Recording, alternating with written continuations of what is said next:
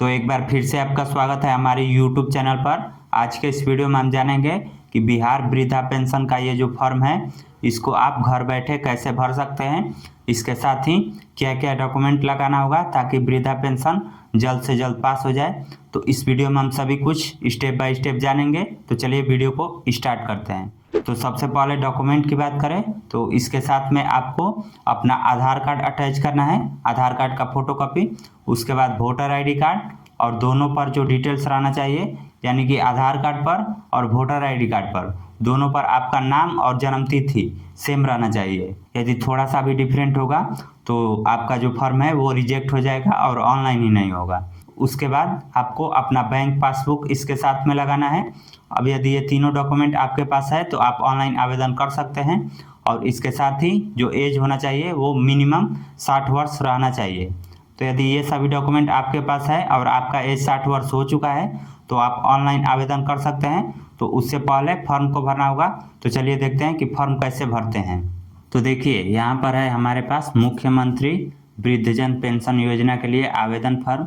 अब इसको डाउनलोड करने के लिए आपको वीडियो के डिस्क्रिप्शन में हमारे टेलीग्राम चैनल का लिंक मिल जाएगा, उस पर क्लिक करेंगे तो डायरेक्ट इस फॉर्म का डाउनलोड करने का लिंक मिल जाएगा, जिस पर क्लिक करते ही यह फॉर्म डाउनलोड हो जाएगा।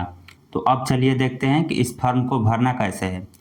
तो सबसे पहले तो यहाँ पर फोटो दे रहा है, तो आवेदक का फोटो यहाँ पर एक चिपका देना है। जिसके नाम से भी आप यह फॉर्म भरना चाहते हैं उसका एक पासपोर्ट साइज फोटो यहाँ पर चिपका दीजिए। अब उसके बाद आवेदक का नाम, तो जिसके नाम से भी आवेदन करना है उसका नाम लिखिए। जैसे हम यहाँ पर नाम लिख रहे हैं सरिता देवी। उसके बाद पिता या पति का नाम, तो यहाँ पर पति का नाम हम लिख दे रहे हैं, इस तरह से लिख देना है। सबसे पहले आवेदक का नाम हो जाएगा, उसके बाद उसके पिता या पति का नाम हो जाएगा। उसके बाद जेंडर सेलेक्ट करना है, पुरुष या महिला, तो यहाँ पर हम महिला सेलेक्ट कर लेते हैं। उसके बाद पूरा पता, जिसमें सबसे पहले गांव का नाम लिखना है। तो गांव का नाम हम जैसे लिख दे रहे हैं रामपुर। उसके बाद पंचायत हो गया। अब उसके बाद नगर निगम या नगर परिषद या नगर पंचायत, तो आपके यहाँ जो भी है आप लिख दीजिए। जैसे हमारे यहाँ नगर पंचायत है तो हम नगर पंचायत पर टिक करके यहाँ पर पंचायत का नाम लिख देंगे। उसी तरह यहाँ पर हमने पंचायत का नाम लिखा है तो यहाँ पर पंचायत पर टिक कर देंगे और फिर पंचायत का नाम लिखेंगे। उसी तरह यहाँ पर गांव पर टिक कर देंगे और गांव का नाम लिखेंगे। तो इस तरह से आपको लिख लेना है। उसके बाद यहाँ पर अपने थाना का नाम लिखना है, फिर प्रखंड यानी कि ब्लॉक का नाम, उसके बाद अनुमंडल, फिर उसके बाद जिला, उसके बाद डाकघर यानी कि पोस्ट ऑफिस का नाम, फिर उसके बाद पिन कोड। तो इस तरह से आपको अपने अनुसार लिख लेना है। जहाँ पर भी आपका एड्रेस है सब कुछ सही सही यहाँ पर लिख लीजिए। उसके बाद कोटि पूछ रहा है यानी कि कैटेगरी, आप किस कैटेगरी से बिलोंग करते हैं। तो हम यहाँ पर ओबीसी कैटेगरी से बिलोंग करते हैं, तो ये जो पिछड़ी जाति का ऑप्शन है इस पर इस तरह से टिक कर देंगे। यदि आप किसी अन्य कैटेगरी से बिलोंग करते हैं तो वो कैटेगरी यहाँ पर सिलेक्ट कर लीजिए। अब उसके बाद यहाँ पर आधार नंबर पूछ रहा है, तो यहाँ पर आधार नंबर डालना आपको अनिवार्य है, तो आधार नंबर डाल दीजिए। तो इस तरह से आपको अपना आधार नंबर लिख देना है। अब यहाँ पर लिख रहा है कि आवेदन के साथ आधार कार्ड की छाया प्रति संलग्न करना अनिवार्य है। तो अभी फॉर्म भरने के बाद हम आपको बताएंगे कि इसके साथ में क्या क्या डॉक्यूमेंट लगाना है। तो पहले देखते हैं कि कैसे फॉर्म भरना है। तो यहाँ पर हम आधार नंबर लिख लिए, आपको भी आवेदक का आधार नंबर लिख लेना है। उसके बाद सूचना प्राप्त करने हेतु मोबाइल नंबर, तो मोबाइल नंबर आप कोई भी दे सकते हैं। इस पर ओटीपी नहीं जाएगा ऑनलाइन करते वक्त, लेकिन ऐसा ही नंबर दीजिए जिस पर कि कोई सूचना प्राप्त हो सके। तो हम यहाँ पर मोबाइल नंबर लिख दिए। उसके बाद ईमेल आईडी, तो ईमेल आईडी यदि आपके पास है तो दीजिए, नहीं है तो कोई ज़रूरी नहीं है, तो हम इसको यहाँ पर खाली छोड़ देते हैं। उसके बाद आवेदक का पहचान चिन्ह यानी कि आवेदक का पहचान चिन्ह क्या है, तो हम जैसे लिख देते हैं कि दाहिने हाथ की उंगली पर तिल का निशान, इस तरह से आपको पहचान चिन्ह लिख देना है। उसके बाद आधार सीडेड बैंक खाता विवरण, यानी कि आपको यहाँ पर वैसा खाता देना है जो कि आपके आधार से सीडेड हो। यहाँ पर जो पैसा डाला जाता है वृद्धा पेंशन का वो बैंक खाता नंबर से नहीं डाला जाता है, बल्कि आधार से डाला जाता है, तो इसलिए वैसा खाता देना है जो कि आधार से सीडेड है।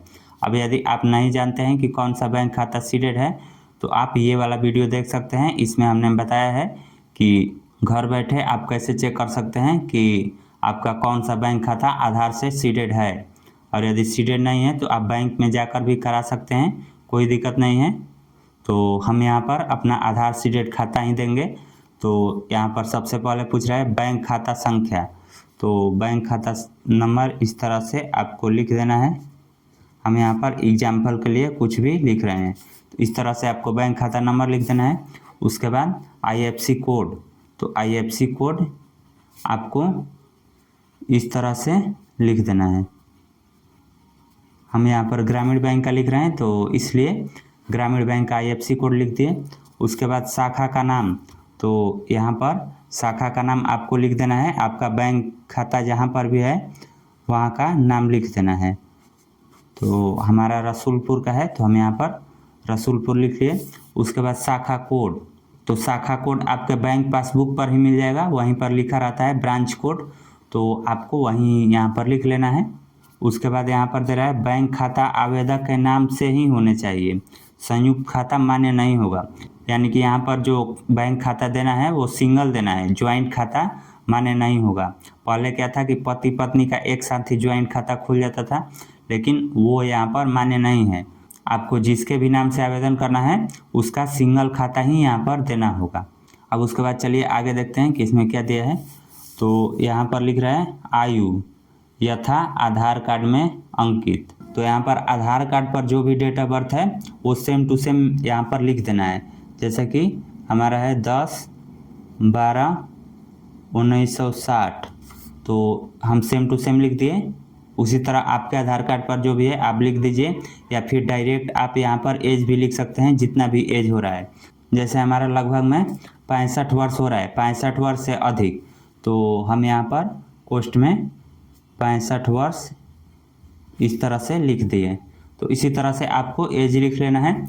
उसके बाद यहाँ पर डिक्लेरेशन है जिसमें दिया है कि मैं निष्ठापूर्वक घोषणा करता हूँ या करती हूँ कि मेरी आयु 60 वर्ष या उससे अधिक है, तो ये तो सही है, हमारा आयु 65 वर्ष है। उसके बाद मुझे सरकारी सेवा का पेंशन या पारिवारिक पेंशन एवं सामाजिक सुरक्षा पेंशन के किसी भी योजना अंतर्गत पेंशन स्वीकृत नहीं है। यानी कि आपको इस पेंशन का लाभ लेने के लिए पहले से कोई भी पेंशन पास नहीं रहना चाहिए, तभी यह पेंशन अप्लाई होगा। यदि आपके नाम पर पहले से कोई पेंशन पास है तो आपका आवेदन रिजेक्ट कर दिया जाएगा, ठीक है। तो हमारे स्थिति में अभी कोई भी पेंशन नहीं मिल रहा है, तो हाँ ये भी हमारे लिए सही है। उसके बाद यहाँ पर मैं, उसके बाद नाम, तो जिनके नाम से आप आवेदन कर रहे हैं उसी का नाम लिखिए। तो जैसे हम सरिता देवी के नाम से ऑनलाइन आवेदन कर रहे हैं, तो यहाँ पर सरिता देवी लिख दिए। उसके बाद जिला, जिस जिला के निवासी हैं, तो यहाँ पर ये बक्सर जिला के निवासी हैं, तो बक्सर लिख दिए। अब उसके बाद यहाँ पर लिख रहा है कि मैं प्रमाणित करता हूँ या करती हूँ कि उपरोक्त विवरण सही है। यदि कोई सूचना गलत या झूठा पाया जाए तो पेंशन के रूप में भुगतान की गई राशि राजस्व बकाये की तरह मुझसे वसूल कर ली जाए। और उसके बाद यहाँ पर आवेदक का हस्ताक्षर या अंगूठे का निशान लगवाना है। तो यदि आप जिसके नाम से आवेदन कर रहे हैं वो पढ़े लिखे हैं तो यहाँ पर सिग्नेचर करा लीजिए, या फिर यदि वो साइन करना नहीं जानती हैं तो आप यहाँ पर उनका अंगूठे का निशान भी लगवा सकते हैं। उसके बाद यहाँ पर डेट लिखना है, जिस भी डेट को आप आवेदन कर रहे हैं वो डेट लिखिए। जैसे हम यहाँ पर आज का डेट लिख दे रहे हैं 22/4/2026 और यहाँ पर सिग्नेचर करा लेंगे। उसके बाद आप चलिए देखते हैं अगले पेज पर क्या है। तो यहाँ पर जो दूसरा पेज है वो सहमति पत्र 2 है, जो कि बैंक के लिए है। तो बैंक के लिए है, तो यहाँ पर फॉर्मेट सब दिया है, केवल आपको भरना है। तो सबसे पहले लिखा है सेवा में शाखा प्रबंधक, उसके बाद बैंक का नाम लिखना है। तो हमारा ग्रामीण बैंक है, तो हम यहाँ पर बिहार ग्रामीण बैंक इस तरह से लिख दिए, बिहार ग्रामीण। उसके बाद बैंक यहाँ पर लिखा ही है। उसके बाद यहाँ पर शाखा का नाम लिखना है, तो ये आपके बैंक पासबुक पर ही मिल जाएगा, तो आपको शाखा का नाम लिख देना है। जैसे हमारा रसूलपुर का है तो हम यहाँ पर रसूलपुर लिख दिए। उसके बाद यहाँ पर तिथि पूछ रहा है, यानी कि किस डेट को आप यह फॉर्म भर रहे हैं। तो हम यहाँ पर आज का डेट लिख दिए, इस तरह से आपको डेट लिख देना है। उसके बाद यहाँ पर बैंक खाता संख्या लिखना है जो कि आपने दिया है। तो हम यहाँ पर एग्जाम्पल के लिए कुछ भी लिख रहे हैं, आप अपना बैंक खाता संख्या सही सही लिखिए, ठीक है। तो जैसे इस तरह से हम बैंक खाता संख्या लिख दिए। तो यहाँ पर लिख रहा है मेरे नाम से संधारित बैंक खाता संख्या, उसके बाद बैंक खाता संख्या हो गया को आधार संख्या यानी कि UIDAI नंबर से जोड़ने के संबंध में, यानी कि यदि आपका बैंक खाता आधार से सीडेड नहीं भी है तो आपको यह फॉर्म भरकर बैंक में जाना है और बैंक मैनेजर को दे देना है, फिर वो चेक करके आपका जो बैंक खाता है वो आधार से सीडेड कर देंगे। तो उसी के लिए यह फॉर्म है। तो चलिए इसको भरते हैं और उसके बाद आगे का प्रोसेस देखते हैं और देखते हैं कि कैसे इसको सीडेड कराना है। तो सबसे पहले यहाँ पर लिख रहा है कि महाशय मैं आपके बैंक में शाखा का नाम, तो फिर आपको यहाँ पर बैंक शाखा का नाम लिखना है, यानी कि ब्रांच का नाम। तो हम यहाँ पर रसूलपुर लिख लिए। उसके बाद बैंक खाता संख्या, तो यहाँ पर जो आपने बैंक खाता संख्या लिखा है सेम टू सेम यहाँ पर भी लिख देना है। उसके बाद बोला है कि मैं अपना आधार संख्या समर्पित करता हूँ एवं स्वेच्छापूर्वक सहमति देता हूँ कि UIDAI भारत सरकार द्वारा निर्मित आधार या UID संख्या को मेरे नाम से संधारित उपयुक्त खाता संख्या के साथ जोड़ा जाए, यानी कि NPCI लिंक किया जाए कि जब भी हमारा पैसा सरकार डाले तो तुरंत हमारे बैंक खाता में आ जाए, यानी कि DBT लिंक कर दिया जाए। तो यहाँ पर आप पढ़ लीजिए इसमें क्या क्या लिखा है। उसके बाद हम देखते हैं कि अब क्या भरना है आगे के प्रोसेस में। तो उसके बाद यहाँ पर दे रहा है कि आधार के संबंध में विवरण निम्न प्रकार है। तो आधार या EID नंबर यानी कि आधार संख्या यहाँ पर लिखना है। तो जैसे हम यहाँ पर एग्जाम्पल के लिए कुछ भी लिख दे रहे हैं, आप अपना आधार नंबर सही सही भरिएगा। अब आधार नंबर लिखने के बाद आधार ग्राही का नाम, यानी कि आधार कार्ड के अनुसार जो नाम है वो नाम लिखना है। तो जैसे आधार कार्ड पर सरिता देवी है तो यहाँ पर हम सरिता देवी लिख लिए।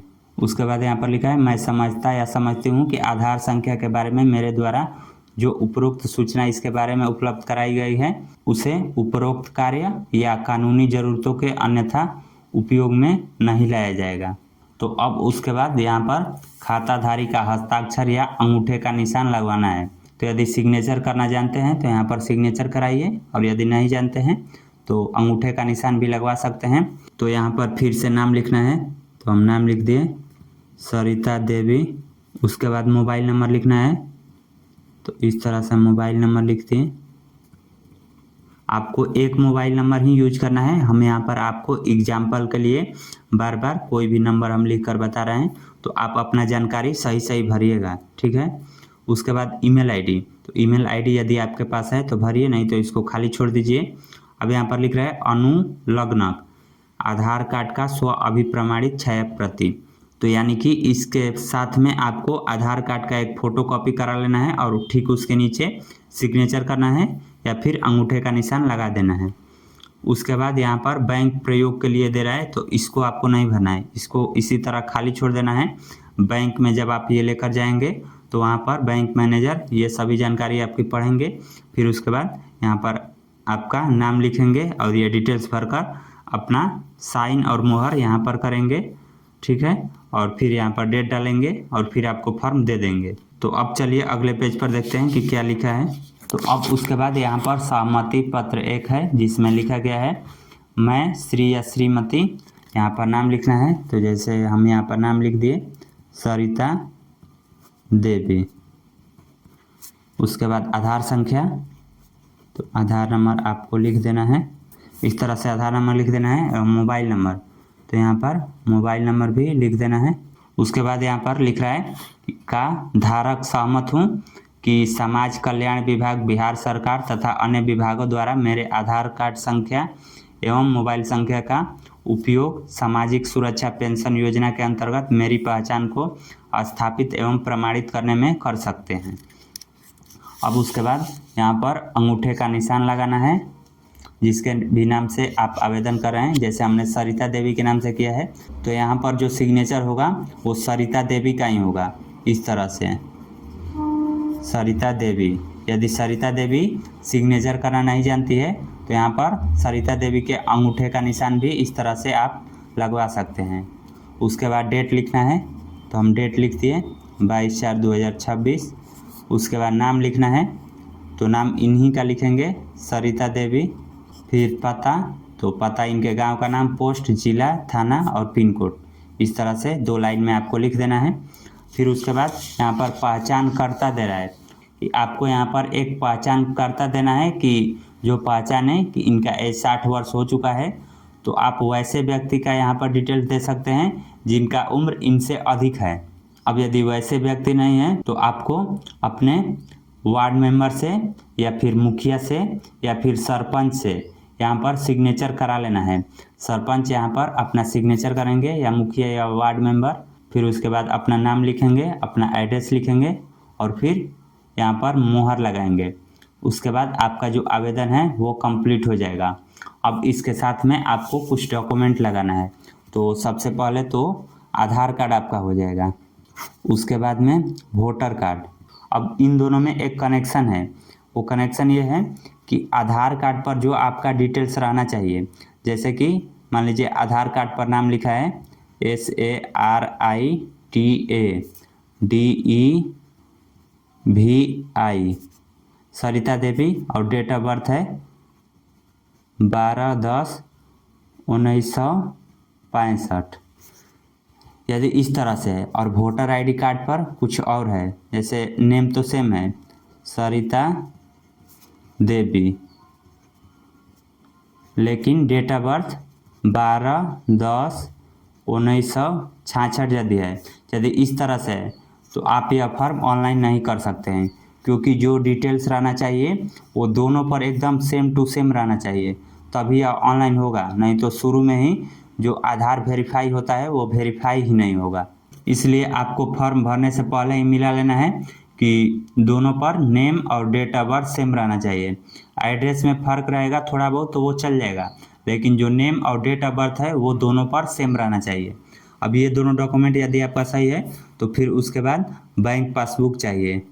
बैंक पासबुक एकदम क्लीन देना है, जिस पर कि नाम, IFSC कोड और बैंक खाता संख्या सभी कुछ आसानी से समझ में आ जाए।